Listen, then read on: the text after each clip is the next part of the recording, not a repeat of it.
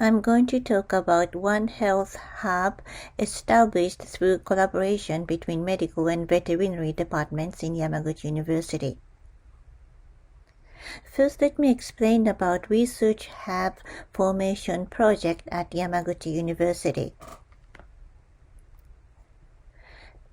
Its objective is to establish world-leading academic research hub by promoting unique and advanced researches.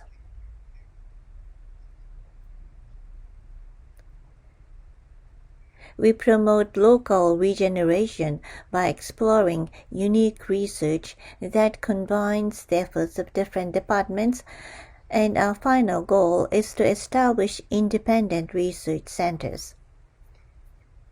These projects are funded by a competitive funding system within the university.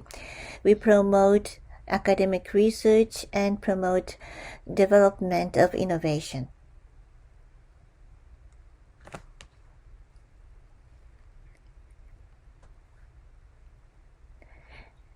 There are two collaboration projects between medical and veterinary departments, one of which is the research on cancer proliferation control and the establishment of innovative therapy.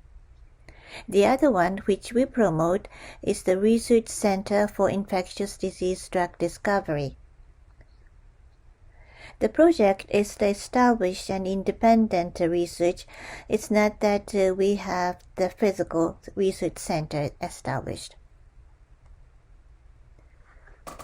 Our medical department research groups have carried out whole genome analysis on, for example, Japanese spotted fever rickettsial, which is a zoonotic pathogen widespread in Asia. And they also had whole genome analysis on Chlamydia pneumoniae and Chlamydia felis. Our group has unraveled the transmission mechanism of zoonotic intercellular parasites.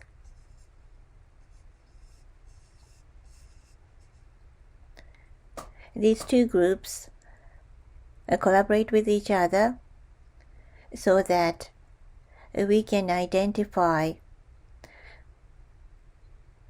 transmission mechanism of zoonosis and the therapy for such diseases.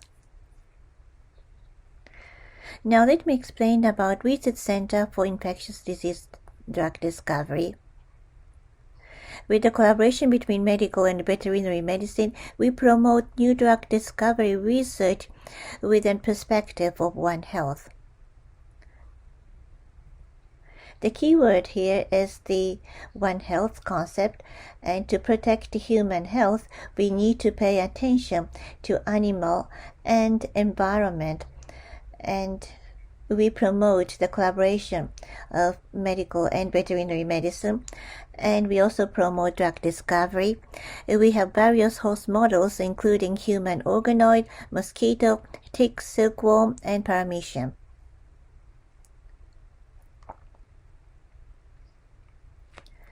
Our activities first focus on medical and veterinary collaboration as practical science.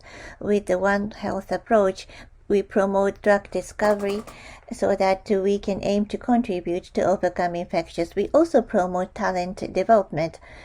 It's rare for a university to have both medical and veterinary departments. The collaboration of the two departments is one of the features of our university. By different departments working together, we can develop talents who can solve problems related to zoonosis, which is a typical social issue. We also promote information exchange, promotion, and local communication.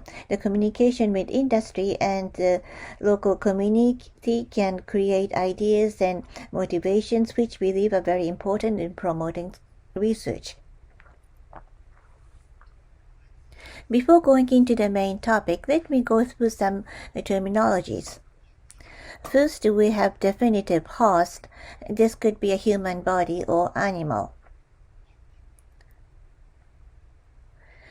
When the pathogen infects the definitive host, then the pathogen proliferates, and finally the pathogens move out of the body. But at that point, there will be a damage on the host function. This is the onset of the disease, and this is harmful to the body. On the other hand, we have natural host, which is the habitat of the pathogen. In the natural host, the symbiosis is what we see. We do not know the mechanism, but there seems to have certain roles being played. And this is the condition where the pathogen is not harmful to the natural host. We also talk about symbiosis. There are 4 types of relationship of interest.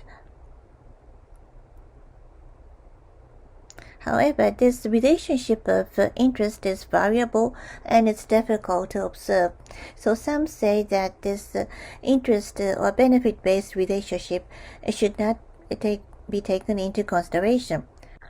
So in my talk, I would define symbiosis as meaning several species living sympatrically with mutual relationship.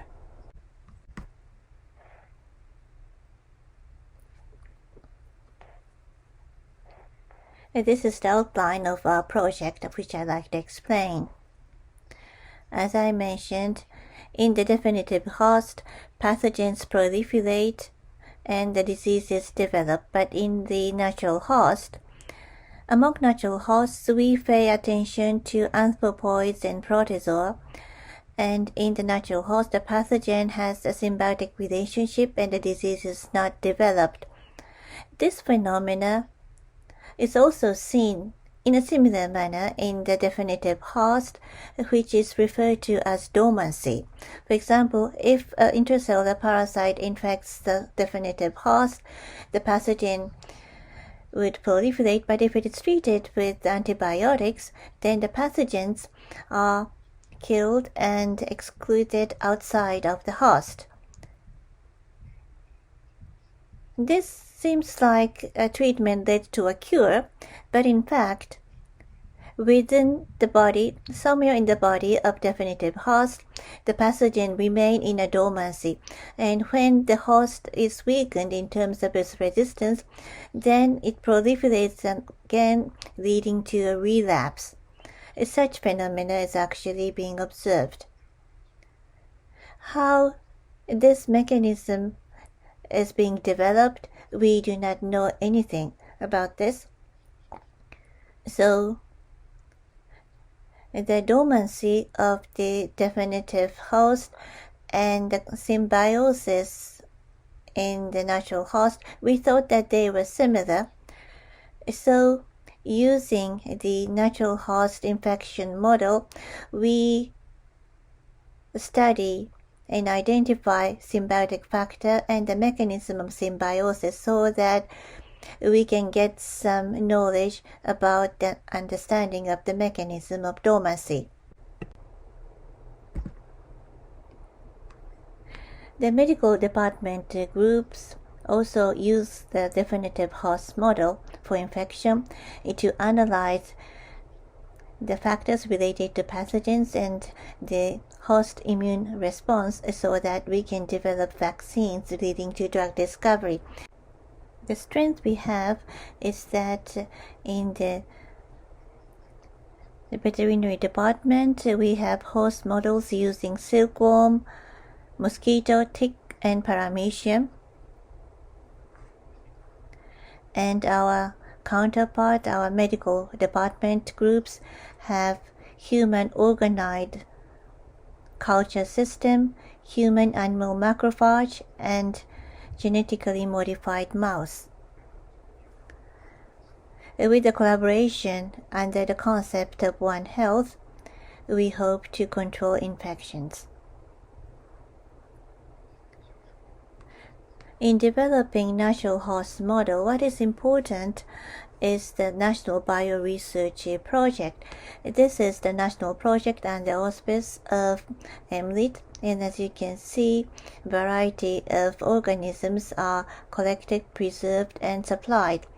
Yamaguchi University is responsible for the paramecium aspect, In my talk today, I will talk about Paramecia and Legionella.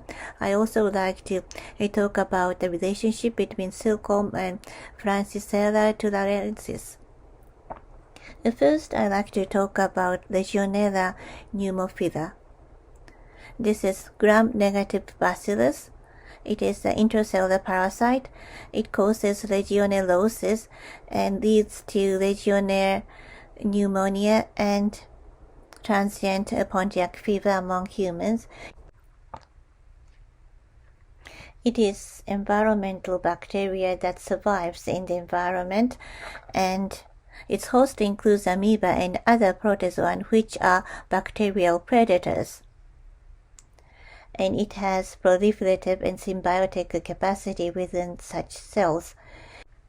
Amoeba in the natural environment serves as a mediator to infect the humans. This is the objective of our study. By analyzing symbiotic relationship between Legionella and the protozoa, we want to identify new functional factors which we refer to as symbiotic factor, and for that purpose we need to first establish a model using Paramecia for the Legionella protozoa infection. And we want to identify factors that make it possible to have symbiosis and parasitism in the protozoa to identify the intercellular symbiotic mechanism and identify the factors, how would they are involved in the pathogenicity and infectious risk among the humans. This is another area which we like to analyze. First, the establishment of the Paramecium model. As you can see in the photo, this is the Paramecium. Seen in green is the Legionella pneumophila. This is the GFP-introduced strain. As you can see, the strain survives within the Paramecia without being digested. It is maintained in the phagosome. At this point, there is no abnormality related to motility and the shape of the Paramecium. That means there is a symbiosis of Legionella pneumophila within the Paramecium. So the question is whether or not the same symbiosis exists between other Paramecia and other strains.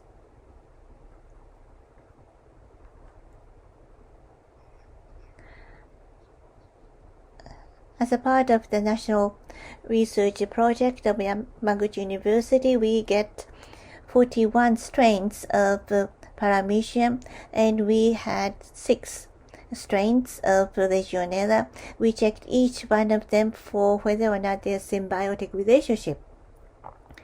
In most of the Paramecium species, strains, and Legionella strains, there was a symbiotic relationship, but some of the strains of Legionella like OFK308 and BNT314 did not have a symbiotic relationship with some of the Paramecia. At this point, the Legionella strain proliferates rapidly within the Paramecium, causing toxicity.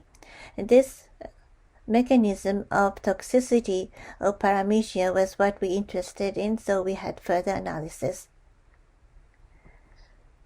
I'm going to skip the details in terms of the result, but as you can see here, on the left-hand side panel, you can see that Legionella pneumophila is proliferating and there's no symbiosis, and the Paramecium is almost dissolved.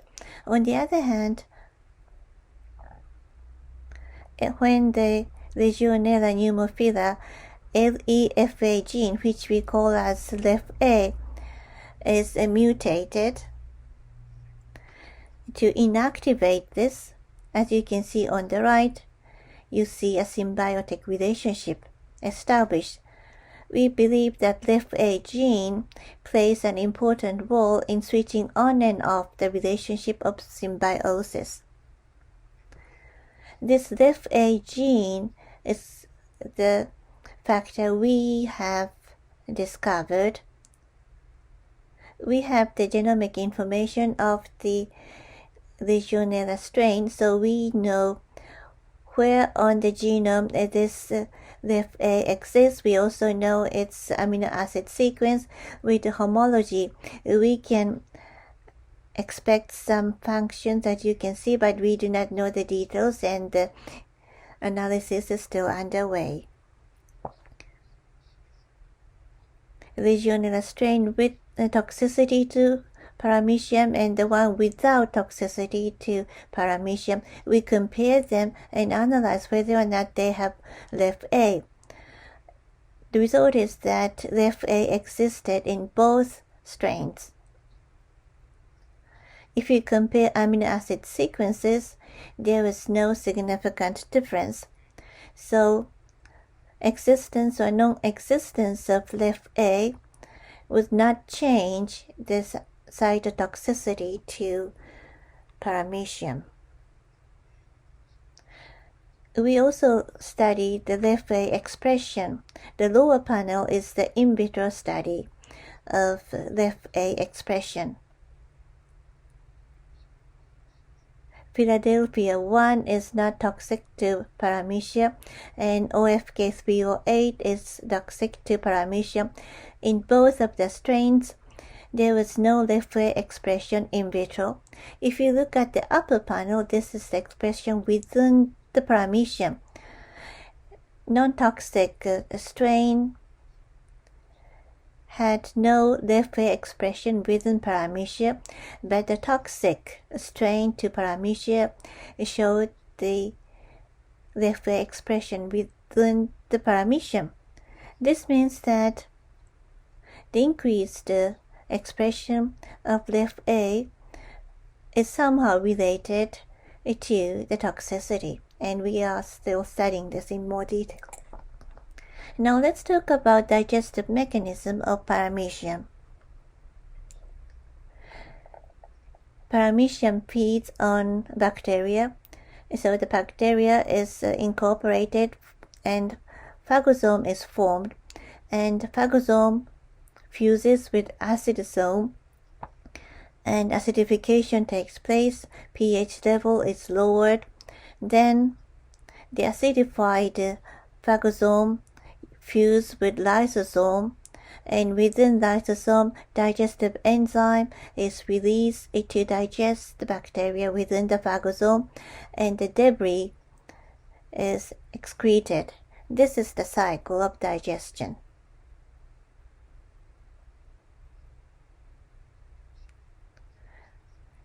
Legionella strain toxic to paramecium and its digestive cycle was analyzed.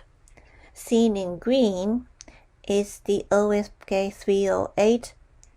Seen in red is the acidified phagosome. When OFK308 is impacted on paramecium, after 30 minutes on the upper three panels, you can see that on the very right in the photo, phagosome acidification is inhibited. The arrows show green phagosomes which were not acidified. The yellow ones are acidic phagosome. When bacteria is incorporated, normally all the phagosomes are acidified right away, but when you have the toxic strain, then the acidification is hindered. If you look at the lower three panel, this is 120 minutes after infection. The unacidified phagosomes fuse together and they grow larger, as you can see in the arrows on the lower right panel.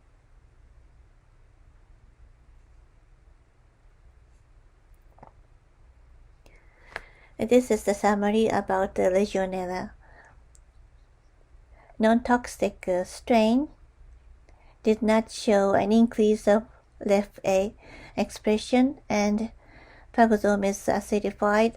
The quantity remains the same with the symbiosis maintained. In case of toxic strain, LEF-A expression increases, acidification is hindered, and bacteria increases in its quantity, and the phagosomes become larger, and cytotoxicity is developed, and the symbiotic relationship is lost. So the maintenance and loss of symbiosis changes in two directions, and LEF-A gene is believed to play a role to switch on and off this symbiotic relationship. Now let's talk about the relationship between silkworm and Francisella tularensis. But before that, let me talk about the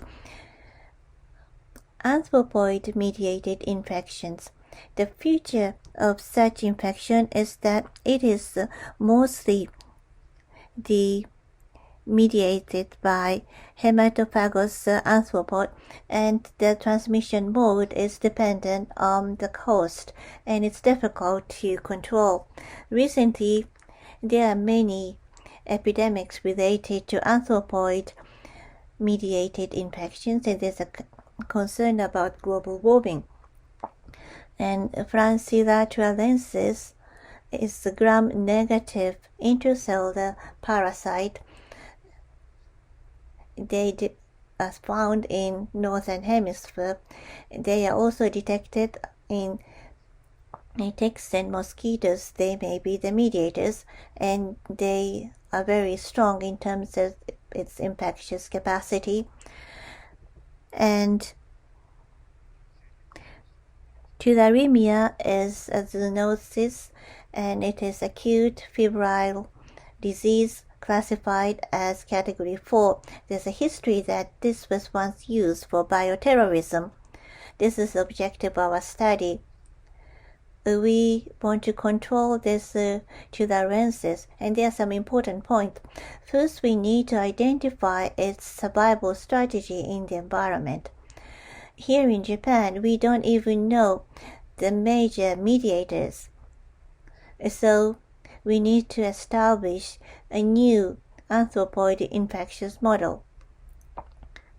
Here, we use a model for ticks, and we also develop silkworm model, which I like to talk about. First, about the ticks. Exodus pausalcatus is the model that we used to see the behavior of F. tularensis in its body. We cultured the tick in the lab, and tularensis LBS, which is attenuated live strain, is introduced from the anal directly. And we use real-time PCR to quantify the tularensis DNA. This is the result. We use live bacteria and heat-killed bacteria. We introduce them in the tick, and we look at the changes in the gene copy number. Black dots show live bacteria, white circles show heat-killed bacteria. We looked at days 7, 14, and 21. When heat-killed bacteria is injected, DNA was excreted quickly from the body. On the other hand, when live bacteria is injected, the certain number of gene copy is maintained for over 3 weeks. This means F. tularensis is capable of living within the body for a long period of time. The tick infectious model takes time to prepare. It's difficult to handle, so we needed a more simple, convenient model. So we decided to use silkworm. Silkworm is easy to raise, easy to handle. It has less risk to escape, and it is inexpensive, and since it is not an animal, it is outside of the scope of ethical problem. It is also rich in biological, physical, and basic information. So it has been getting attention as an experimental model replacing mouse, and we believe that this could be an useful model for the infection study for the anthropoid-mediated infections. This is the methodology. We first introduced pathogen into the hemocells, and we use F. tularensis LBS. We also use E. coli as negative control, which is not pathogenic. We also use Staphylococcus aureus, which is a positive control, which is pathogenic to silkworm. After inoculation, we studied survival and the number of strains within the body. This is the result. On the right, you can see when S. aureus is inoculated, silkworms turn black and they die. When F. tularensis or E. coli are inoculated, there's no changes in the appearance. The left panel shows survival rate after inoculation. When Staphylococcus aureus is inoculated, all silkworms die on day 6. But in case of tularensis and E. coli, no silkworm died. From this, we see that F. tularensis is not pathogenic to the silkworm. Next, we also checked the amount of strains within the silkworm. S. aureus proliferates rapidly, but because the silkworm die, the number declines gradually. In case of E. coli, it is excluded outside gradually, and in the end it becomes below the limit of detection, and tularensis remains at a certain level in terms of its quantity within the body. That means it is indicating the fact that tularensis may have a possible symbiosis within the silkworm, so we decided to use silkworm as a model to study the symbiotic mechanism of the tularensis. So this is the summary of my talk. We have a need for cross-departmental collaboration to tackle problems related to zoonosis. Collaboration between medicine and veterinary is critical. Yamaguchi University is unique in having both medical and veterinary departments. We want to make use of that feature to contribute to the society by developing talents. And the relationship between natural host and the pathogen is diverse. Proliferation, symbiosis, digestion, there are different stages. To change stages, molecular mechanism plays a role. Climatic change, disaster, development, various factors lead to the encounter of the pathogens with new natural hosts. Pathogens intensify their symbiotic as well as proliferative capacities. We promote our researches as we presume that the diversity of natural hosts may have led to the evolution of pathogens. This is the end of my talk. Thank you very much.